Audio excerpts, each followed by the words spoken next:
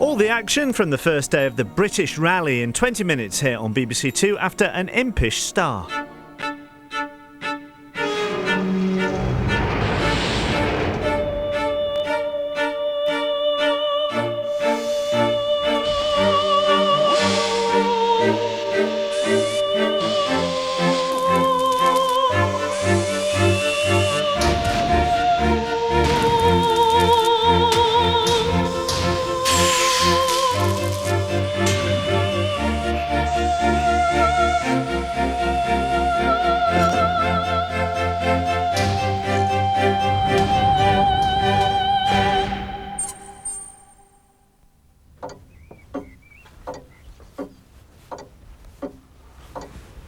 Ever wondered why we haven't got a car industry anymore? What happened to all those illustrious names?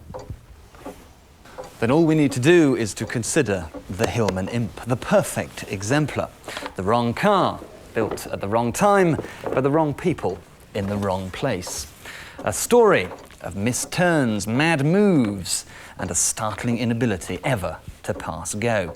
You see, the Imp could have been able to challenge the Mini, but instead it was an automotive muck-up of Krakatoan proportions.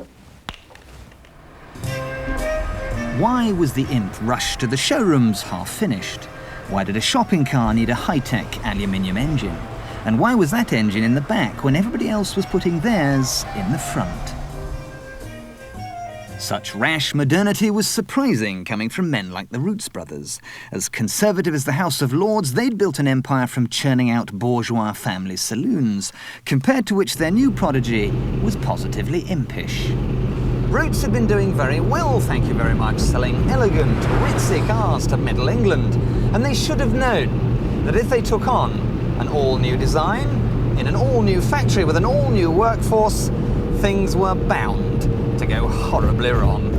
But then this was the 60s, when presidents preached peace. Royalty wanted to marry commoners, and ordinary people had discovered cars, like the Mini, whose wheeled wizardry had convinced two young, bright Roots designers that their plans to come up with a small car of their own were spot on.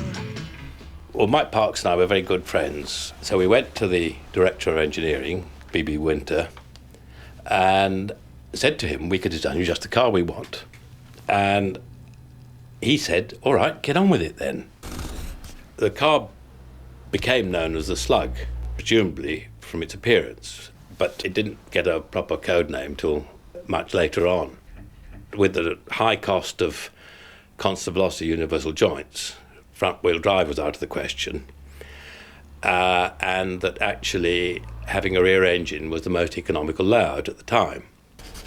The Mini had set a new niche in the market, and it was the same niche that we were trying to fill.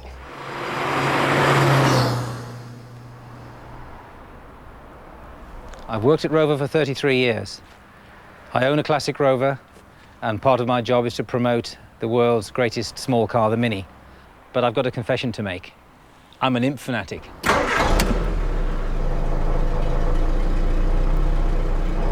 It had excellent ride quality, it had very good handling quality and very good throttle response. And it drove like a big car, not like a baby car. You had a comfortable ride in it. I'm an engineer. It's an engineer's car. It needs an engineer to look after it more. It's a very light engine and gearbox, all aluminium, which was very modern in 1963 and is still the sort of production technique of today. The first of a litany of disasters began when Roots were refused planning permission to build a factory in Coventry. So instead they built it in Glasgow, helped by government grants to bring employment to the beleaguered north. Prime Minister Harold Macmillan wanted to keep everybody busy, which is why there were not one but two steel mills in Ravenscraig. It would make perfect sense, so the government argued, to have a car factory just across the road. Never mind that it was hundreds of miles away from Roots' nerve centre in Coventry. £22 million later, the computerised Linwood factory was finished. The second mistake was booking Prince Philip to open the factory on May the 3rd, 1963. The government's newest industrial showpiece would open its doors on time, even though the Imp's development was a year behind schedule. A programme of panic test driving began.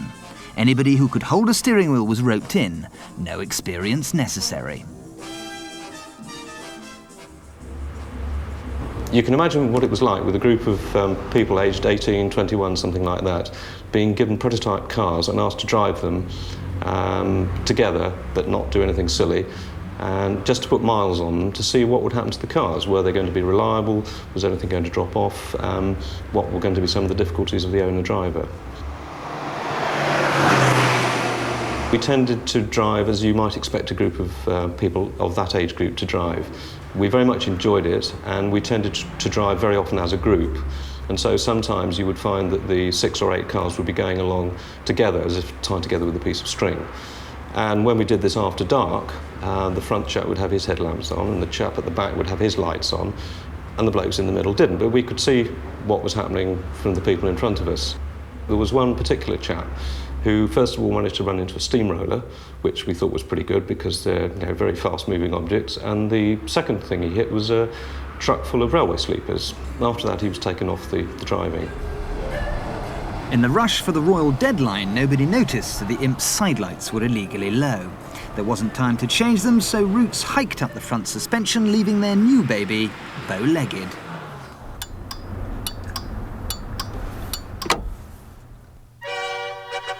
HRH arrived, had a slap-up lunch and went away again. But what he didn't know was that the factory was half-built and the silver Imp he used to drive himself back to the airport was only one of a tiny handful of finished cars.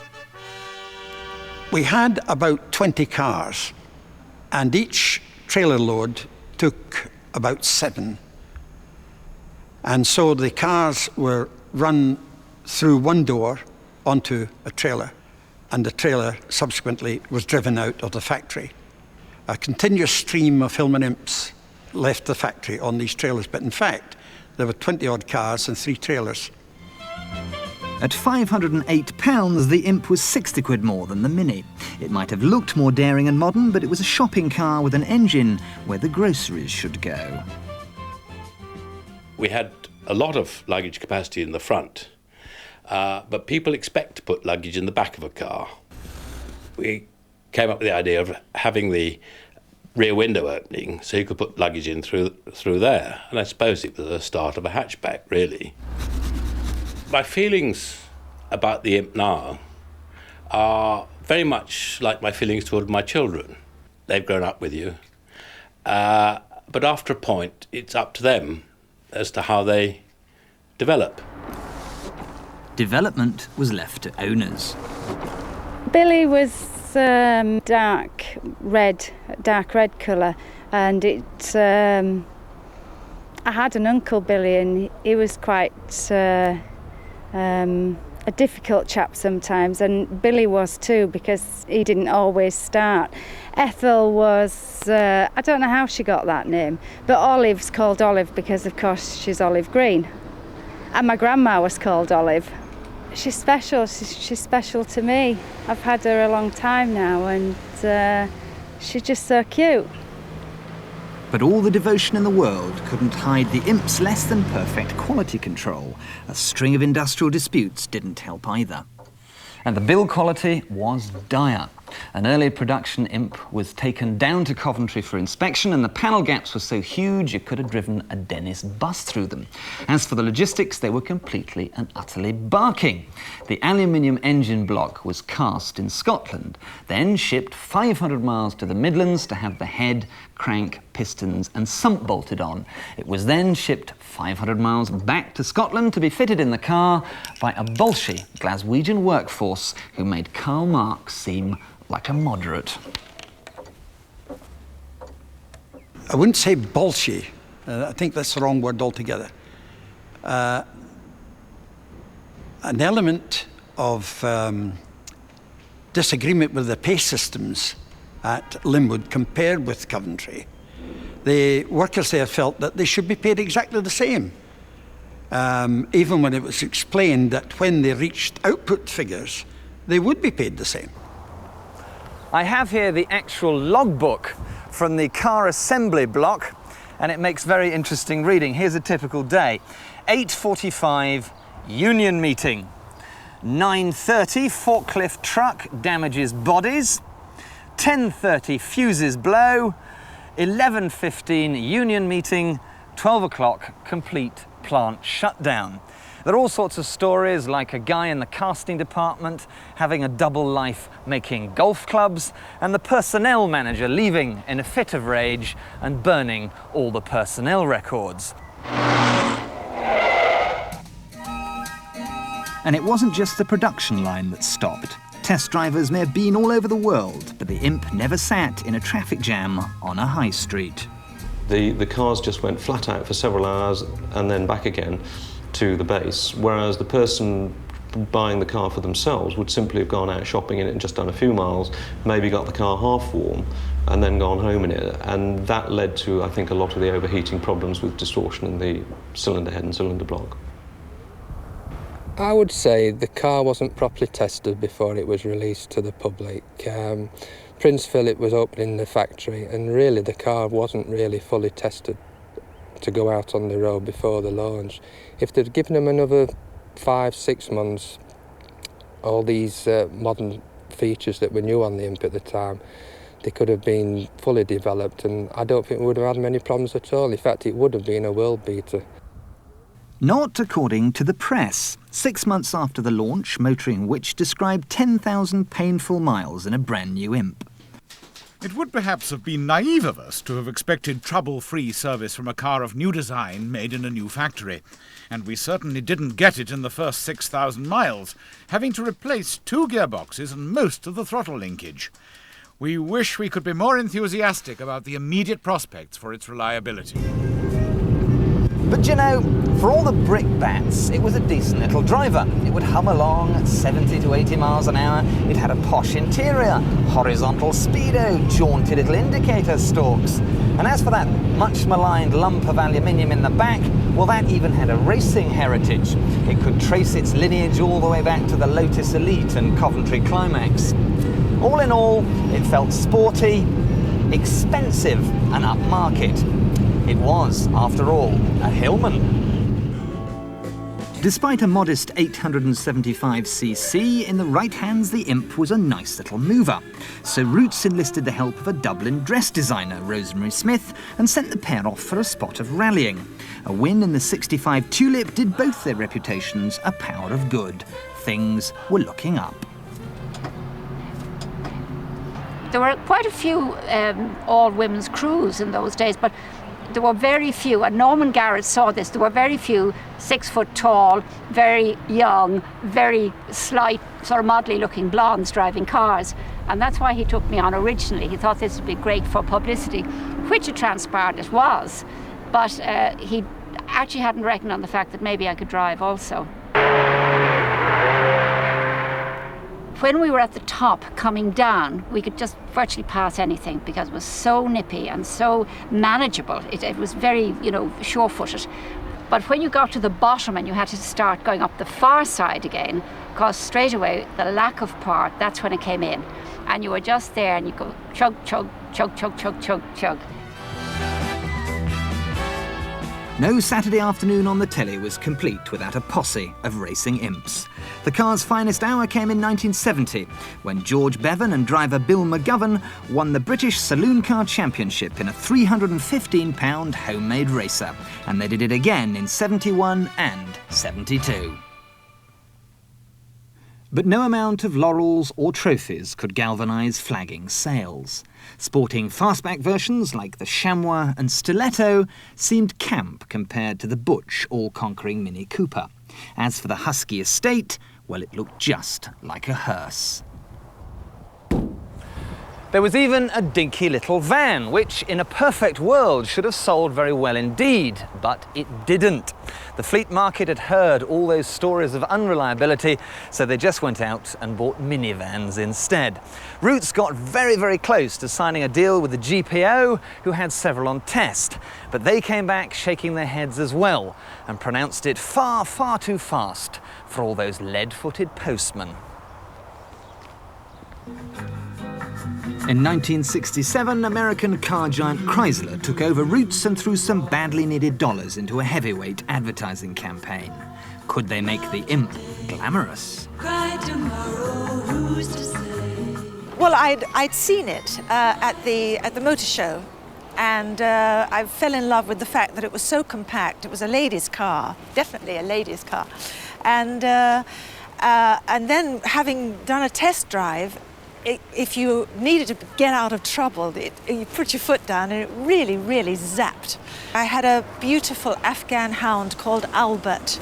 And they were very enthusiastic about putting a hatchback, making some modifications so that Albert could just jump in the back and lie down. They put the back seats down, and it just became a character car for me. And today it's still a car for characters. The essential secret of driving an Imp, I would say, is don't drive around London or Dublin, where a major city where people can see you. Keep it private and to yourself. But it wasn't long before Chrysler found the Rootes empire was a cauldron of industrial unrest. Workers spent more time off the production line than on. Not only was the Imp struggling, so were the Hunter, Avenger and Alpine too. By the 70s, the Imp had lost that rarefied special feel and become cheap and tacky. Chrysler's accountants were always meddling, and at one stage they even considered removing the rubber grommet underneath the windscreen washer nozzle to save, wait for it, a quarter of a p. In a desperate bid to shift the last few cars, they came up with a special edition, the Caledonian. And that was simply a question of taking every possible optional extra they could find in the parts bin and throwing it on the car. So you had door mirrors, you had a heated rear window, hideous plaid upholstery, and the unkindest cut of all, a Chrysler push-button radio. None of it did any good at all, and by 1976 they pulled the plug. The Imp was dead.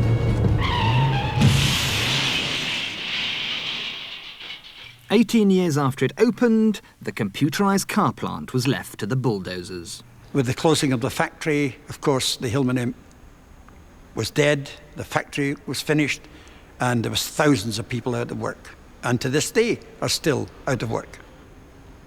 Government meddling and corporate bungling had killed Scotland's car industry, but there are plenty of people who still cherish its most memorable product. She's just so old and just needs looking after, and I don't look after her as well as I should do, but she's all mine. It had something, you know, it was a groover.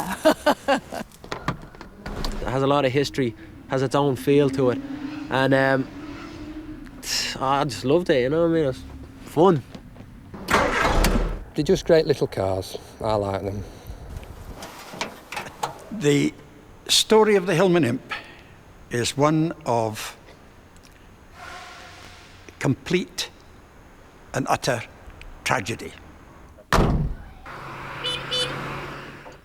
Car makers only get one chance. The Imp was a good idea, but the dice were loaded against it from the start.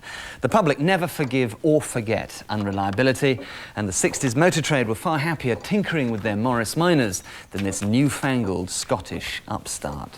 By the mid-70s, the game was over for both the British motor industry and the Hillman Imp.